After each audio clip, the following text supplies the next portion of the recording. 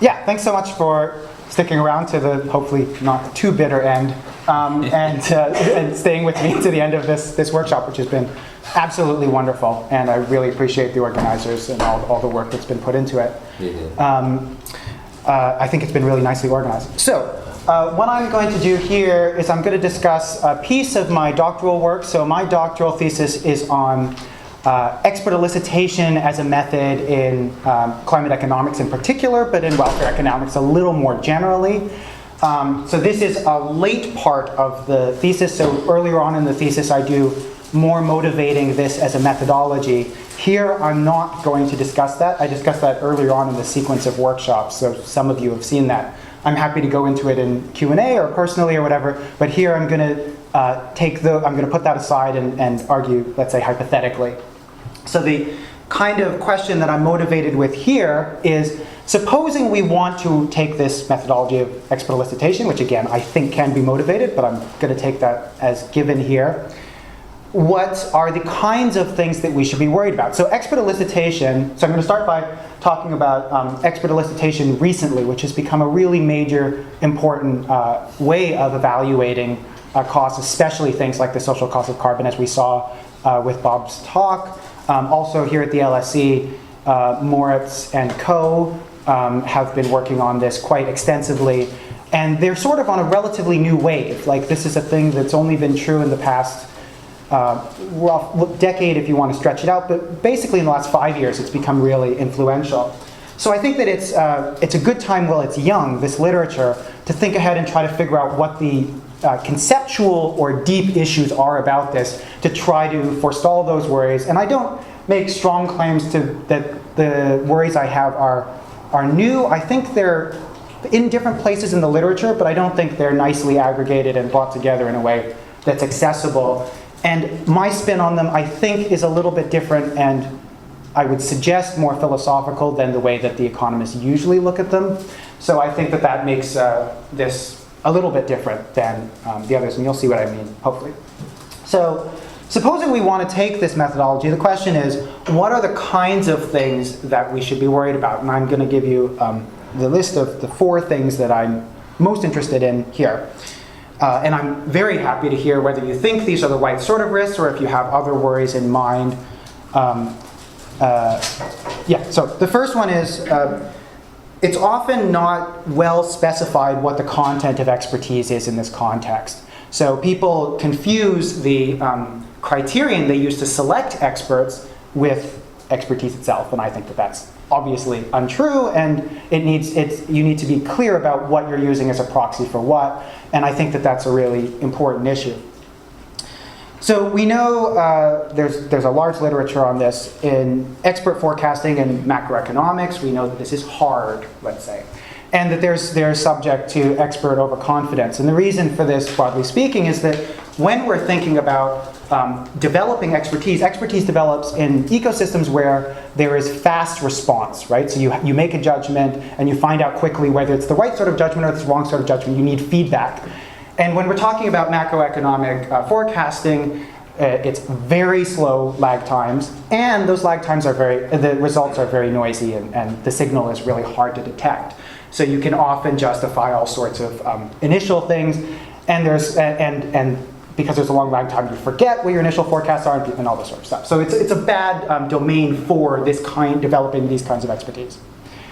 So here's something that a lot of philosophers are worried about, and I'm a philosopher, therefore I'm worried about it.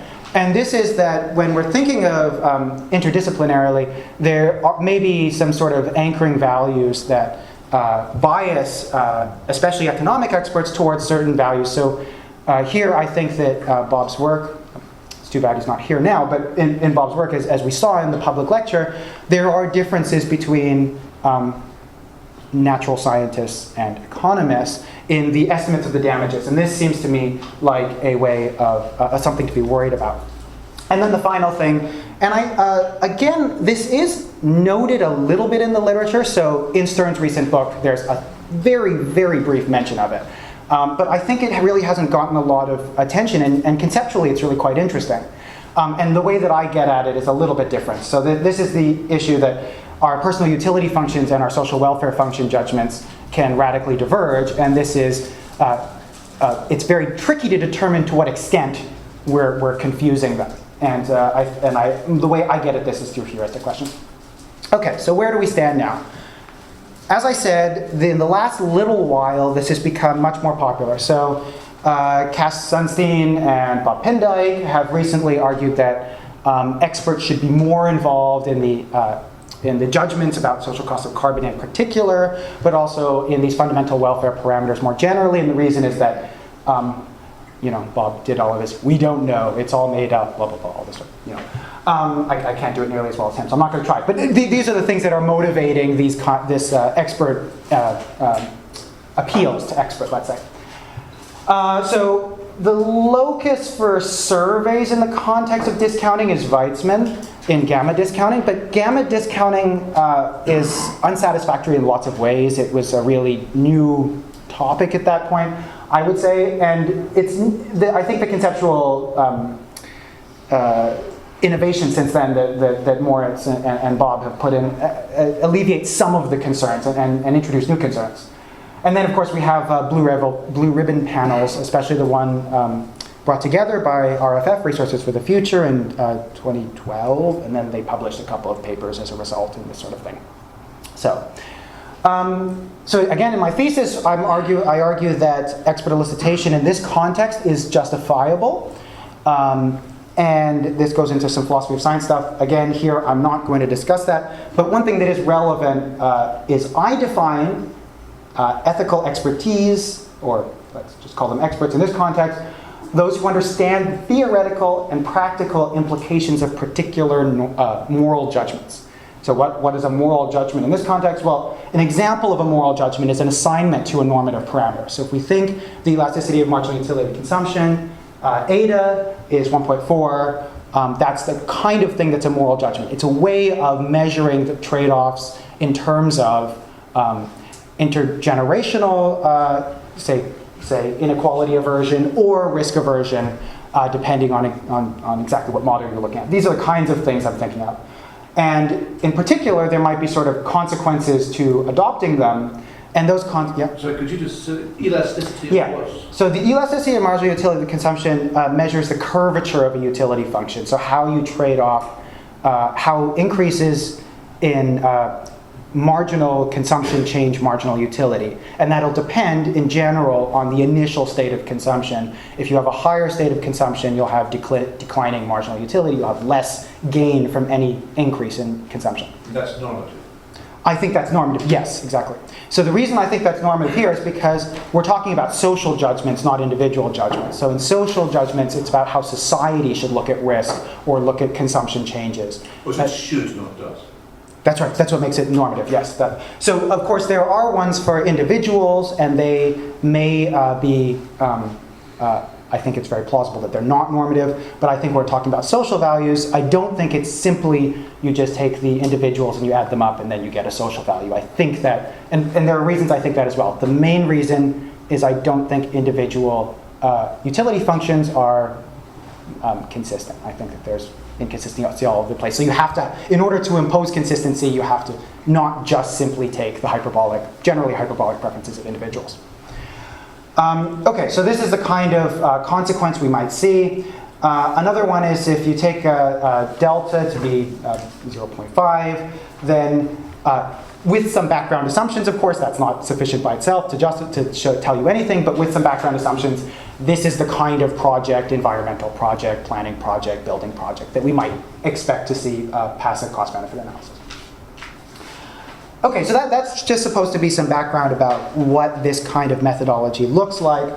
The first thing I want to be, I'm worried about is that when we talk about expert elicitation, economists often gloss over this term expert. So the reason that this is important is because then we conflate, as I said before, the criteria that we use to determine who's an expert with expertise. And of course, Weitzman says that expert is an economics PhD.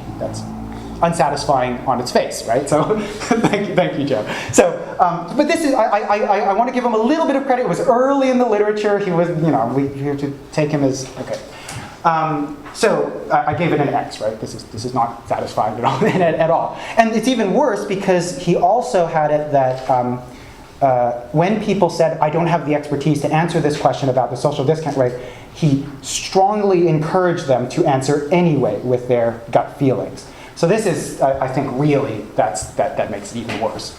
Okay, so that's not satisfying, but I think Moritz and Bob are a little bit firmer. So what they're looking at is relevant citations, relevant papers that are highly cited, in Bob's case, relevant papers that have keywords that match the topics in question with Moritz et al. And now, again, neither of them specify what kind of expertise they think this is a proxy for, but I think that insofar as it's a proxy for something like the kind of understanding I'm interested in, it might be a reasonable proxy. Of course, it's not going to be a perfect proxy, but it might be reasonable. But it's important to make that explicit. Because as we know, you'll get over and under inclusion no matter what kind of proxy you take. Okay, so the other kinds of things I'm worried. So if we separate our modeling into what we usually think of as normative or moral parameters like eta and delta, so the elasticity, marginal utility, consumption, in a social welfare function, for example, and pure rate of time preference, from the non-moral parameters, the riskless rate of return and the growth rate of consumption. And so here, what I'm using to distinguish moral and non-moral is something like, if an oracle had all of the macroeconomic information, they would be able to tell you whether your values for RNG are correct. And they would not be able to tell you whether your values for eta and delta are correct, because those are for planning purposes or for evaluation of projects that have not yet occurred. This can be pushed on, I realize, but this is the way that I want to distinguish them. Okay, so I think that with the non-moral parameters, there are really important worries about expert overconfidence. And as I said before, we know a little bit about this. We know that it's easy to be overconfident in your predictions about macroeconomic conditions in the future, and I briefly sketched why I think that's true, and there's a large literature on this, and I can tell you more about it if you're interested. I think that there's a little bit of a more interesting worry, especially for philosophers, about eta and delta, about potential disciplinary anchoring effects. So because maybe in a discipline like economics, you're familiar with certain kinds of values, those values will anchor you, and you'll be biased towards those values, even if you think more extreme values. And here, this is an empirical question, and I think we don't know yet, but it's something we should be worried about. And one of the things that, of course, is grist for my mill, which I think I mentioned earlier, is that there are major differences in SCCs that we see, say social cost of carbon, between Pindyke's natural science group and non-natural scientist group. So I think that's at least some prima facie evidence that there's this disciplinary difference. How much it's the case is hard to tell. Okay, so almost done. The last thing I'm worried about is heuristic questions. So the kind of heuristic questions we're interested in here are, so one of the examples Kahneman gives is, if you're asked, how much do you care about endangered species? This is a very vague, opaque question, which is really hard to think about. And the kind of thing that you might, if that's a target question, the kind of heuristic question you might substitute for that is something like, how do I feel when I think about dying dolphins? Right? So dying dolphins is a kind of thing that is really effectively motivational. It's really concrete, and it gives you something to grab onto. It's hard to think about species as a whole. It's, these sorts of things. So there's a whole bunch of biases mixed into this particular sorts of questions, and I'm going to phrase this in a way that I think takes advantage about several of them. So the background worry is that when we're talking about individual or personal preferences, which broadly speaking we might think are not moral questions because they're not about interpersonal relations or about social judgments, perhaps. I mean, that's something that some people will disagree about. But I think that it's quite clear that social preferences, especially for planning purposes with the public purse, are moral and socially relevant. And if we assume that it's non-homogeneous and that your expert you're asking is not asking themselves, do I represent the average citizen, which they're not going to, then these two questions come apart. So here's the worry in terms of heuristic questions. If you're asking what is ADA, what is the social elasticity marginal utility consumption, you might instead think of the kind of heuristic question like, what is the psychological value or disvalue I feel when I contemplate certain changes in my own consumption, especially losses? I think that this is so obviously when you see these questions, they're different questions. One's personal, about my own utility function, and one is social, it's about a social welfare function. But I think that it's really hard if you try to think about the social one to get away. It might be really hard. Anyway, the heuristics and biases literature backs me up. It's tricky to keep these separate. So here are some of the reasons why. There's the affect heuristic. This is Finucane. There's the heuristic questions. When you're substituting heuristic questions, it may be non-transparent to the individual that they're substituting these questions, and they may be resistant even to the claim that they are substituting these questions. So these sorts of things, I think, should be worrying. Now, I actually think here that this, interestingly, is a point in favor of expert elicitation. And the reason is that for experts, they at least will know conceptually the difference between social welfare functions, say, and individual utility functions.